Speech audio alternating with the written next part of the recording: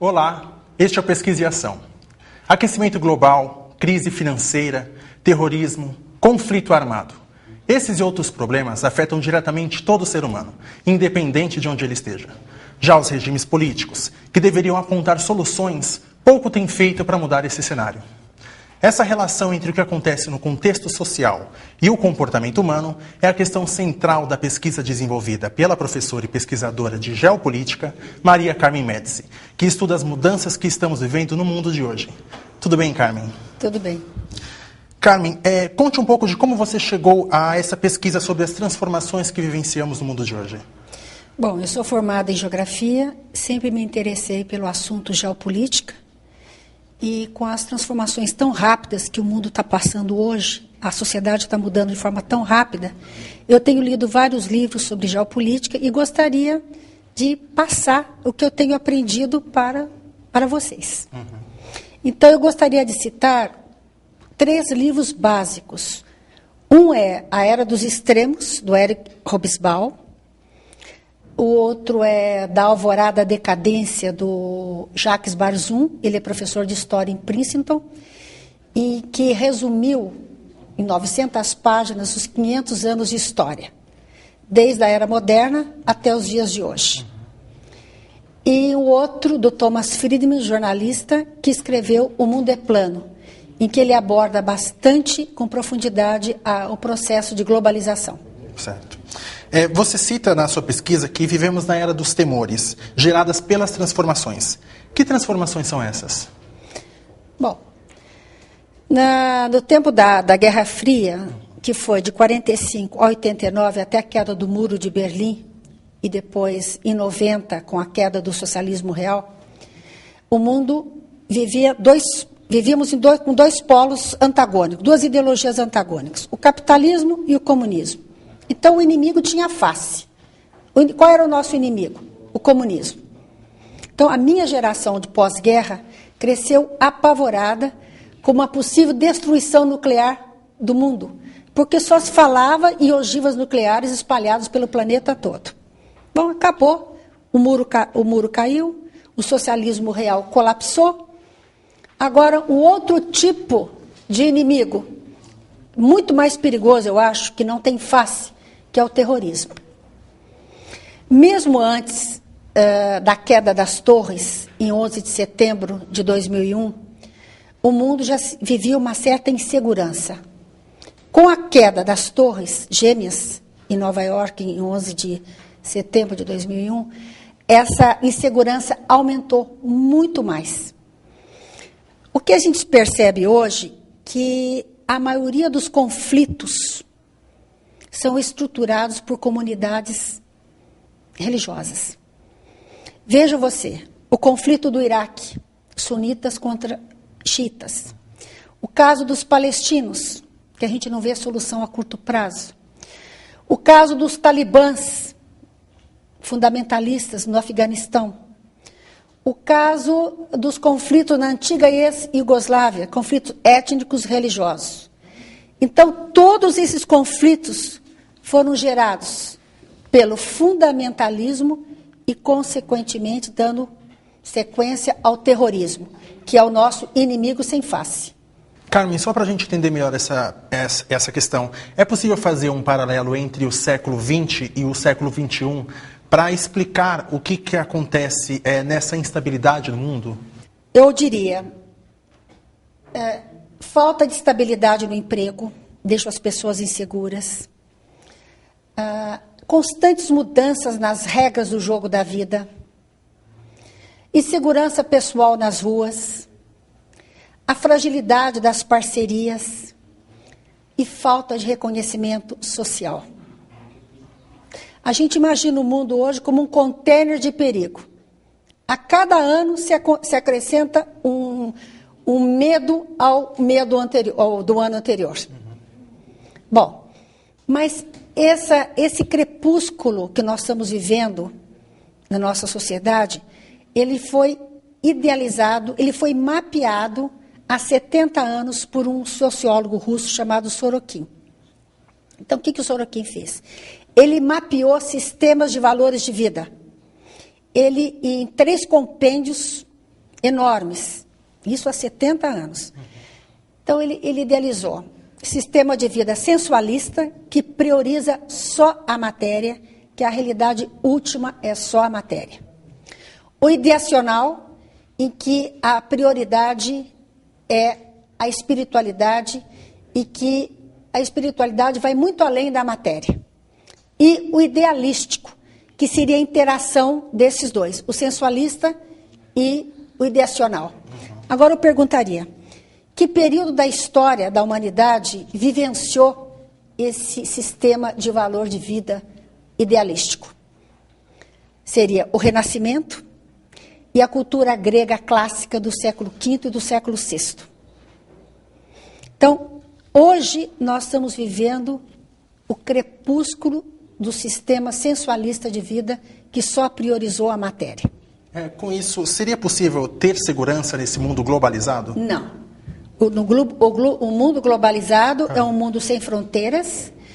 Com a abertura dos mercados, a confiança do mundo está abalada, porque as economias nacionais perderam suas características. Hoje se privilegia o quê? Se privilegia a produtividade em detrimento do emprego.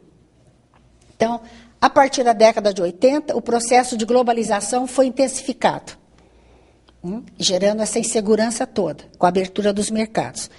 A partir da década de 90, nós percebemos que quase tudo é terceirizado. A produção passa a ser offshoring. O que é offshoring?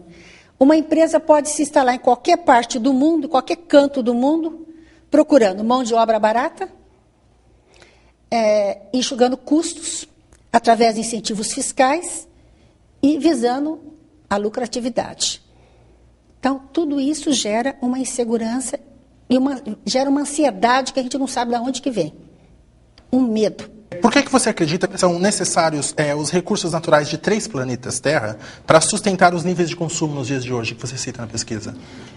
Dado o alto consumo no mundo, no primeiro mundo, nos países ricos, que é um paradoxo, que ao mesmo tempo que eles consomem tanto, há muito desperdício. Enquanto isso, uma grande parte da população mundial vive abaixo da linha da pobreza. Então, eu só queria fazer uma observação, que metade dos investimentos globais beneficiam somente 22 países que concentram 14% da população mundial. Por aí você vê a má distribuição da riqueza no planeta. E sobre essa questão da epidemia planetária?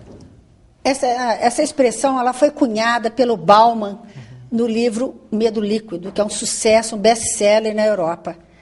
Ele diz que hoje nós somos tão interdependentes, aliás, a melhor palavra para expressar a globalização não é internacionalização da economia, mas sim interdependência.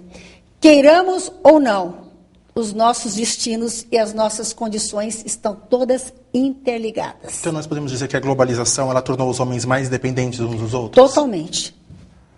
A queda da bolsa de valores num determinado país afeta todas as outras bolsas no efeito dominó. Isso mostra que ele chama de epidemia planetária. Porque os mercados estão totalmente interligados. E eu gostaria de frisar também, além do Sorokin, que é sociólogo russo, o Barzun, nesses 500 anos de história que ele aborda, ele diz, que eu acho importantíssimo nessa pesquisa, que nós estamos vivendo um período de decadência da sociedade. O que significa essa decadência? No sentido de declínio. Não há perda de energia, não há perda de talento. Isso tem até demais. Mas uma decadência que está sobrevivendo. Como? De que forma a gente percebe que ela está vindo? Pelas confissões generalizadas e contínuas de mal-estar. Não existe ninguém no mundo hoje, seja rico, pobre, bonito, feio, dizendo, ai, que tempo feliz para se viver, como Erasmo de Roterdã dizia no começo do Renascimento, nas ruas de Florença, que tempo feliz para se viver, porque ele estava vivendo o sistema de valor idealístico. Quem é que governa, então, o mundo hoje? O mundo hoje é dominado pelo capitalismo financeiro, representado por quem? Pelos bancos e pelas grandes corporações. Então, hoje o capital, ele viaja a uma velocidade à procura de lugares onde vai ter maior lucro, maior rendimento. Então, com uma força assim, incrível. Você também aponta que o capitalismo ele deveria ser um meio de prosperidade comum. Esse pensamento ele não vai contra a essência do capitalismo? O capitalismo selvagem que nós estamos vivendo hoje, o monoteísmo de mercado, ele não trouxe felicidade ao homem. Por outro lado, o socialismo idealizado, que acabou, que durou 60 anos, que acabou na década de 90, também não resolveu o problema da condição humana. Hoje se fala numa terceira via, seria a interação dos dois. Observando a estrutura de mercado livre, mas sem deixar as conquistas sociais desses últimos 60 anos. Certo. E, Carmen, por que seria tão complicado resolver a questão da instabilidade mundial? Porque nós vivemos num mundo de extrema turbulência que nós não sabemos, é tão alta a turbulência que nós não sabemos como resolver a curto prazo. Certo. Carmen, agora nós vamos para um rápido intervalo e já voltamos. Continue com a gente.